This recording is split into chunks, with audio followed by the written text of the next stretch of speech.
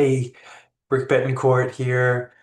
I'm excited to talk to you today about one of my favorite topics, which may seem strange, but is about planning.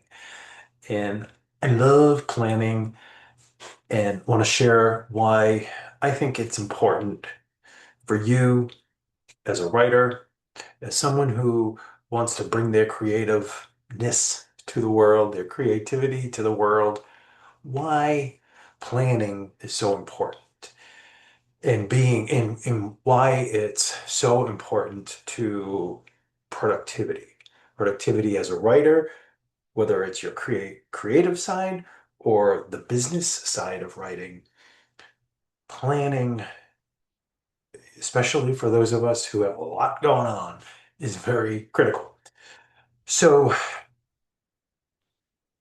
without a plan, writing's dreams just sort of stay as that, as just as dreams, and don't come to fruition.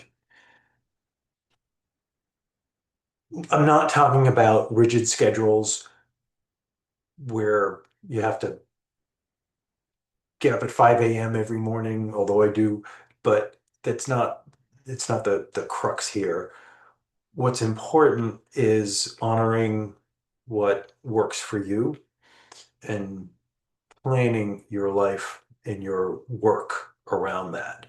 So there's a concept that Stephen Covey talks about in his book, First Things First.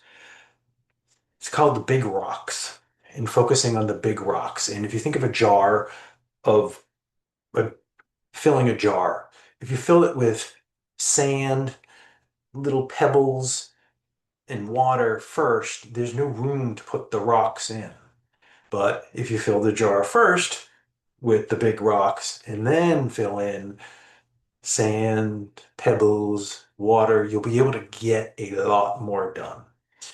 And that I found that approach, although it may sound simplistic, that approach makes a world of difference in my life when there's so much going on.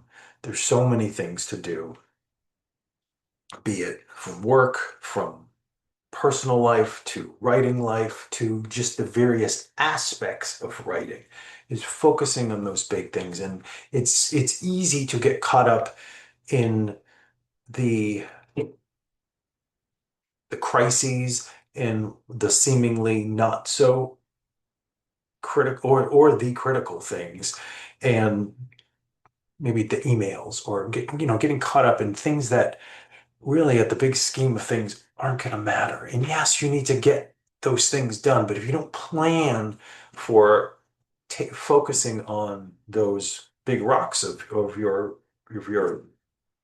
career, they won't happen. You won't get that done. And some big rocks, some examples of big rocks might be finishing your first draft of your novel, staying connected with with friends and family, growing your author platform. This YouTube channel is an example of one of my big rocks, right? So I want to be able to help you grow as a writer, as an artist, and want to share my journey through authortube to do that and to help others. I may not be the Stephen King or the biggest writer in this world. I certainly am not, but I have done some stuff that is of value to others and want to be able to help you with that along the way. And maybe you can learn from some of my mistakes and my successes. But one of my big successful things in life, in general, not just talking writing, is this concept of big rocks and planning. I've been living this for literally decades, this approach. Every week, every quarter, every year, every day is planned. I hate to say it, it sounds contrived. It's not like, oh, from 9 a.m. to 10 p.m., I'm going to go call my friend, or from 10 to, I'm going to, not saying that, but what I'm saying is that taking one aspect is what I call big planning. And in my upcoming book that I'm working on, which the working title right now, I'm not sure if I dare, my Boston accent, if I dare to title it this, but it's called Creating Like Fuck with an asterisk over the U, F asterisk CK. And it's a non-traditional subtitle, is a non-traditional approach to productivity for writers and other artistic entrepreneurs.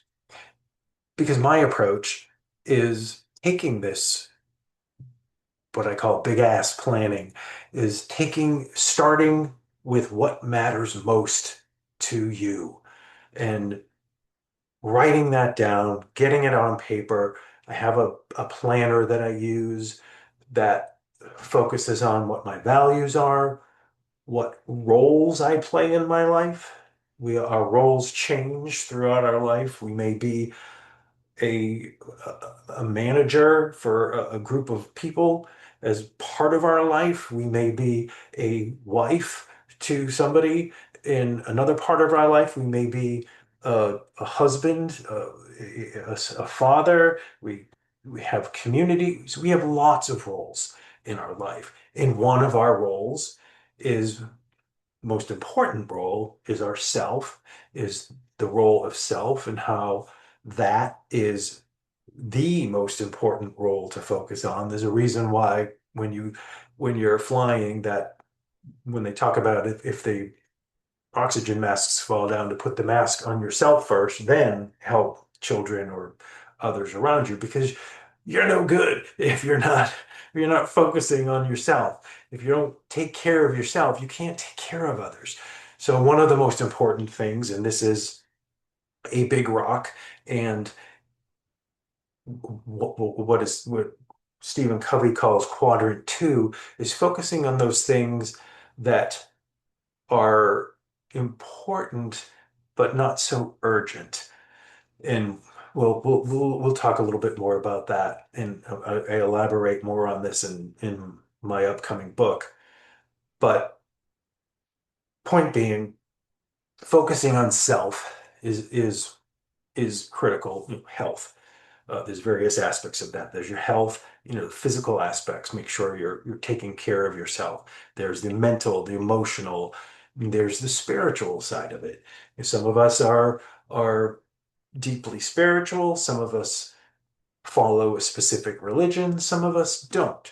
And meditating may be a way of taking care of ourselves in a spiritual way, or reading, or being out in nature. So, what are those things that you can nurture for yourself to and take time, plan for these things within with the big ass planning, when I talk about big ass planning, I'm talking about a quarter or maybe even a year. I love the end of December. I just went through a cycle of planning out what I want to accomplish over 2025. And it's not saying because I'm not great with strict dates, but saying, by March 31st, I need to have blah, blah, blah, blah, blah done. But no, I want to publish my books, The Rise of the Normals. That's my focus, one of my focuses for this year. And I want to get a good draft of Create Like Fuck or whatever the hell I'm going to call it. Uh, get that done. Those are two big writing goals to accomplish. And I also am speaking at a couple of conferences and do things in the writing community that are important to me that I make sure are on my list of big ass planning things that I want to do. Taking that big plan and then bringing that into a weekly session. Sunday nights are a good time for me, or early Monday mornings, to plan out what do I want to accomplish in my upcoming week. Looking at the big ass planning that I did for the year or maybe for the quarter. Maybe I'll take in a little bit of an extra time at the end of the quarter to say, all right, take stock of where am I with the things that I wanted to get done this year, uh, and breaking that into for the quarter. So for each week, where am I? What did I what did I accomplish last week? What did I not accomplish last week? Am I going to bring that forward? Is it really important enough for me to bring forward if I didn't do it? Uh, and then there's the daily planning. All right, looking at your weekly schedule and working in those big rocks. But one of the great aspects of working the big rocks and doing the big ass planning and focusing on what really matters most to you is you have less crises that crop up in your life. Yes, we're always going to have the the things that we just can't manage, but the more you take care of the important things, and this could be, we're talking about writing, but put yourself in, if you have an office position, for instance, there may be certain projects that you need to get done or things that need to happen, but there's big rock components of them. There are things about training, for instance, some examples of, in fact, I have this little quadrant print show here because it's, well, the focus, but I have this taped to my monitor and I have one in my other office that, not so urgent things is really where you want to focus. And that the things around that include preparation and planning, prevention. What are some things that you can do to be preventative? Taking care of your health, going for a jog, going for a swim. You're preventing crises down the road, working on your outline for your novel that will help you now, and not dissing pantsers or any in that regard, but that's one of the reasons I like outlining is you have less times where you get in front of and put on Microsoft Word and you don't know what the hell you're going to write because you don't have that. But if you take the time, and it doesn't have to be a 16-day outlining exercise, it could be just, if you're a pantser, it could just be taking a few beats of how you want your story to be structured and giving yourself that ability to be more productive in the long run because you've planned out a little bit. But so that's an example of quadrant two, not so urgent, is planning, prevention, clarifying what's important to you. What are your values? What in focusing on those. Exercise, building relationships. There's, plenty of times where you may want to get some certain things done, but building that relationship with colleagues, with other writers in the community, that's can pay lots of dividends down the road just by commenting on somebody's YouTube, creating a relationship with them, whether it's virtual or at a conference. You're building relationships. You're building uh, that building of a relationship is a quadrant two item. You're able to create something that's going to help you down the road. Uh, Other quadrant two examples are uh, taking time to relax. If you're feeling stressed out, uh, take a nap, meditate, take time to restore and create that relaxation. Learning is another, taking time to learn how to work. Last week I showed a little bit about Atticus. Well, it's a great software tool for formatting the interior of your books, but you got to figure it out. I mean, it's not rocket science. It's not difficult. It's certainly something most people can do, but take a little bit of time and learn these things. I mean, there's so much, even on YouTube itself, you can just search for anything and and you'll find other people who are in your circumstances who have done it before. And that's part of the reason why I do this channel for you. So you can learn from me on some of the things that I've done in my writing life to be more productive, get more things done, to get my books published and get in front of an audience and present, etc. Um, so that's big ass planning is what I wanted to focus on. Um, what else did I want to talk to you about? Uh, the let's see. Oh, perfection. We touched upon this a little bit last week, but Ian Stanley, who's a excellent copywriter who has made sold literally hundreds of millions of dollars in through the written word copywriting. This is different from novel writing. It's selling. It's the art of selling through the written word, essentially. He stated, and I'm in one of his mastermind retreats because I've done some copywriting in the past, and a little bit of a passion of mine. I love writing, whether it's writing fiction, nonfiction, or email copy is one of my favorite things. But he said it's better to follow an average plan than it is to not follow a perfect one. And he just sort of said this in Cuff in one of our meetings, and it really resonated with me.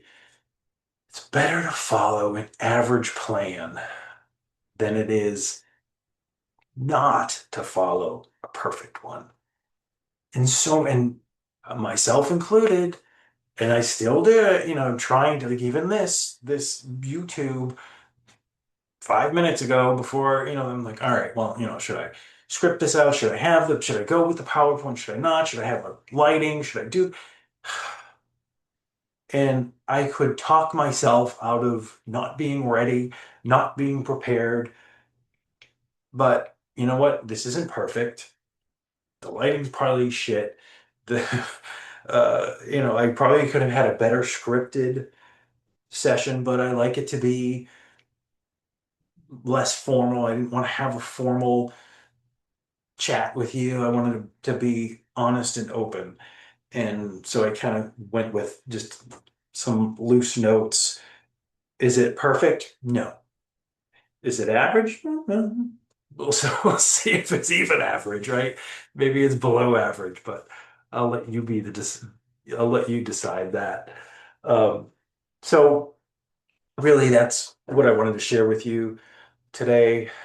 On This has been my journey through working to get The Rise of the Normals out and published within the next few months. I'm still haven't picked a date, although yesterday I did buy my ISBNs. I do want to focus on the paperbacks. This time in publishing, not that I've always had paperbacks of my books, but as an independent author, you'll probably learn that ebooks tend to be where indie authors make money.